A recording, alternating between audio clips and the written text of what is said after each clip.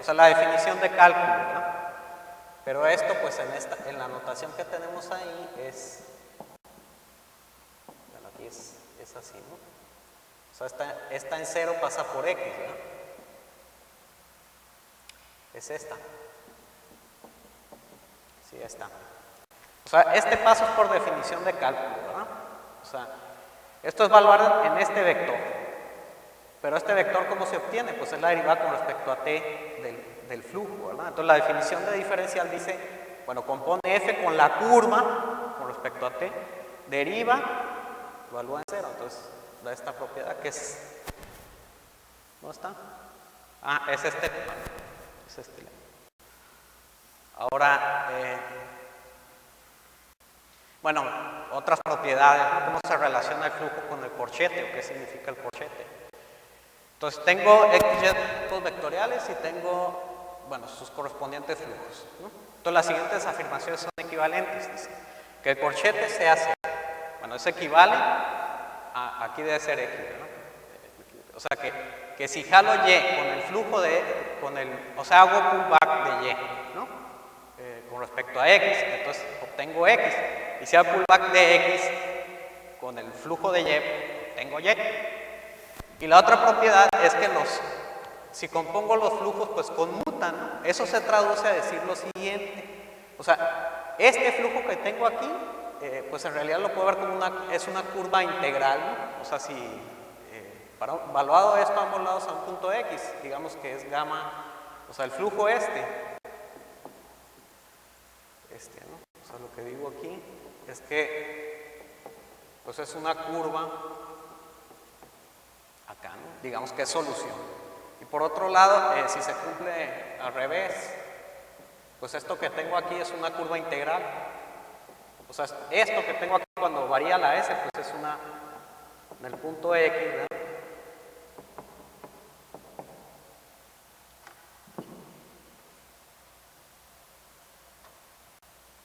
¿Qué le puse aquí? Ah, aquí sigma, ¿no? Entonces lo que está diciendo es que lo que se traduce esta ecuación es que si aplico el flujo de x a una curva integral de y, es lo mismo que aplicar el flujo de y a una curva integral de x, ¿no? Entonces lo que me está diciendo el corchete, o sea, cuando el corchete es 0, pues dice que tengo esta simetría, ¿verdad? Que si aplico el flujo de x a una curva en y, entonces me lo manda al flujo en y aplicado a una curva de x, ¿no? O sea, los voltean. Entonces está midiendo como qué tanto esta propiedad falla, ¿verdad? Digamos, cuando no es 0, pues entonces no se cumple eso. Bueno, ahora, otra propiedad del corchete, dice, entonces terminamos este capítulo con la siguiente presentación: corchete de línea entre campos en términos de los flujos de campo. Entonces tomo dos campos, digamos, este es el flujo de este, phi, y psi es el flujo de este. Entonces, esta propiedad, que el corchete evaluado en x es esto que tengo acá. Ahora, ¿qué significa geométricamente, ¿verdad? O sea, para interpretar geométricamente ¿qué es el corchete? Bueno, el lema lo que dice es que se tiene esta igualdad, ¿no? Esta con esta. Entonces, ¿qué significa lo del lado derecho? ¿No? Que sabemos, o sea, que tenemos esa igualdad. Bueno, pues digamos que tengo mi campo vectorial X, ¿no? Digamos que estas son las curvas integrales, ¿verdad? Entonces dice, entonces aquí se ve así como flechita, ¿no? Digamos que ahí va, ¿no? Bueno, y por otra parte, pues tengo mi campo vectorial Y. Entonces digamos que aquí está Y en el punto phi sub t de X, ¿no? Entonces quiero calcular el corchete evaluado en el punto X, digamos que este es el punto X, ¿no? Entonces, ¿qué está diciendo esto? Bueno, pues agarra Y, ¿no? En el punto phi sub t de X, bueno, aquí no está el punto de evaluación, pero lo he puesto, ¿no?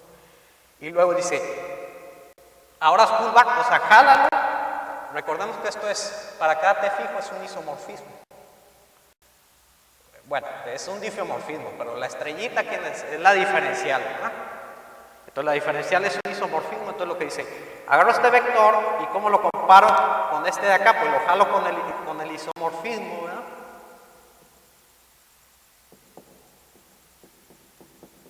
Con este. O sea, recordemos que esto es, ¿qué? Es esta, ¿no? O sea, esta que tengo acá es esta. Bueno, entonces una vez que lo jalo, pues ya tengo estos dos vectores en el mismo punto y entonces tomo la derivada con respecto a t. Eso es lo que hace el corchete. ¿Sí está bien? Bueno, entonces, la prueba ahí está, ¿no? Aquí ven todas las cuentas, ahí pues usar la definición de la derivada del I, que se ve como, les decía, es el campo producto punto del gradiente, ahí vemos que estamos usando esas cosas. Bueno, entonces no voy a entrar a los detalles de la prueba, ¿no? Aquí está. Entonces eso es lo que significa, bueno, es otra interpretación, ¿no? De lo que es el corchete. De hecho, en algunos casos se define así directamente, ¿no? Hay muchas definiciones equivalentes, ¿no? Por supuesto. Bueno, entonces, la vez pasada Fernando habló del teorema de rectificación local. Entonces, como le digo, el teorema de Frobenius es una generalización del teorema de rectificación local.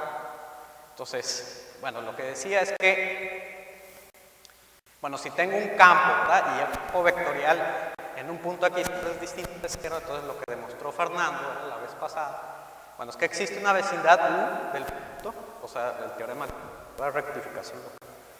Y un difiomorfismo con coordenadas, ¿sí? Donde, bajo las cuales el campo se ve de esta manera. Entonces, lo que hace el teorema de rectificación local, ¿verdad? O sea, dicho así, digamos que aquí tengo mi campo vector. Bueno, mi campo vectorial se ve así como flechita, ¿no? Flechitas. Entonces, ya lo demostró, nomás estoy. Pero aquí puede que se dé vuelta, ¿no? Así va. Entonces, lo que hace es que, pues localmente, existe un difiomorfismo. Recordemos, si este es difiomorfismo, o sea, estrictamente hablando, lo que dice es que phi estrella del campo X se ve como E1. Entonces, este es un difiomorfismo, ¿verdad? Y entonces, y aquí aplico, el difiomorfismo realmente va en coordenada, ¿no? Pero el que va en el campo, pues es este, ¿verdad? Es acá es abajo, es el push forward, ¿no?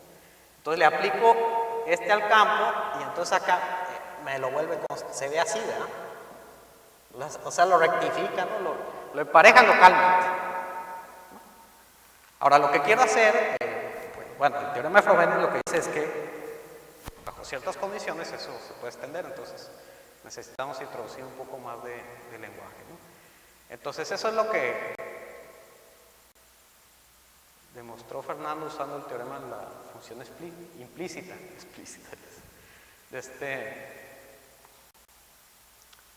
Entonces aquí, estrictamente hablando, ¿verdad? Lo que quiere decir es que existe un difiomorfismo tal que se aplicó el inducido por la diferencial. O sea, este va a ser un isomorfismo, el phi estrella, el push forward.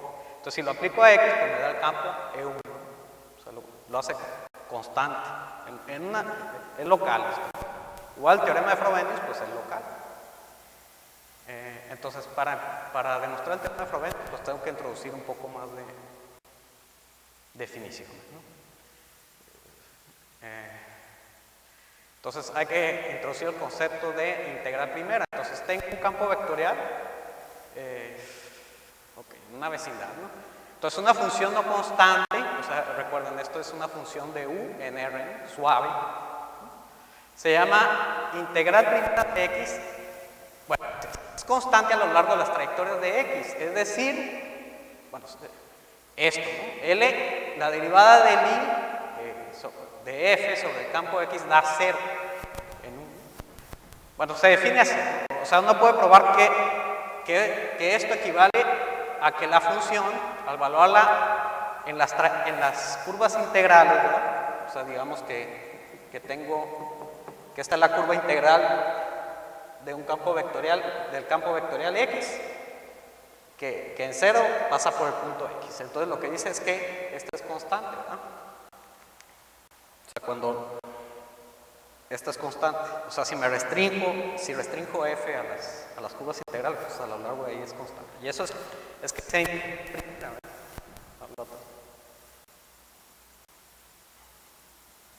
bueno, algunas observaciones, bueno, como dice ahí, ¿verdad? De notarse que cualquier relación funcional de un conjunto de integrales primeras es otra vez una integral primera. Entonces, concretamente, digamos, una colección de integrales primeras, ¿verdad? Con respecto a un campo, y tengo una función, bueno, de RP en R suave, entonces esta también es integral primera. O sea, lo que quiere decir es, por ejemplo, que producto de funciones que son integrales primeras son integrales primeras, ¿no? Suma de funciones integrales primeras son integrales primeras. ¿Ok? Combinación lineal funcional de integrales primeras, integral primera, ¿no? Entonces es más fuerte que combinaciones lineales, ¿verdad? O sea, de hecho es combinaciones funcionales. Bueno, otra observación es esta propiedad, ¿no? Que si phi es un isomorfismo y f es integral primera de un campo, entonces esta es integral primera en B del campo, ¿no? del pullback, del push forward, del isomorfismo de X. Bueno, entonces, ahora como consecuencia de eso, ¿verdad? Lo que dice aquí, cada campo X posee localmente un conjunto de n-1 integrales primeras funcionalmente independientes. Ahora eso es consecuencia del teorema de rectificación. O sea, lo que dice la propiedad del teorema de rectificación, o sea, lo que decíamos estrictamente es que tengo un difeomorfismo tal que, bueno, en una vecindad, ¿verdad? No es global, pues el campo vectorial se ve así, ¿verdad? Entonces esto, bueno, el difeomorfismo tiene varias etapas. Entonces, lo que estoy diciendo, bueno, lo que decía allá arriba es que tiene coordenadas estas, ¿no? Entonces, lo que dice el teorema, esto que está aquí esencialmente lo que está diciendo es que L de Zi, bueno, L de Z1, ¿verdad?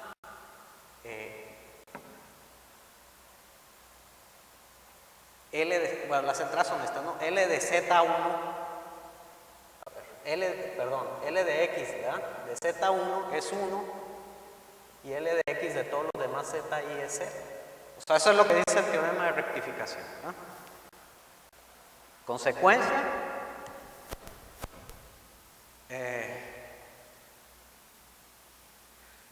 bueno, entonces para poder enunciar el teorema de Frobenius necesito ese lenguaje, ¿no? Ahora, un poco más de lenguaje.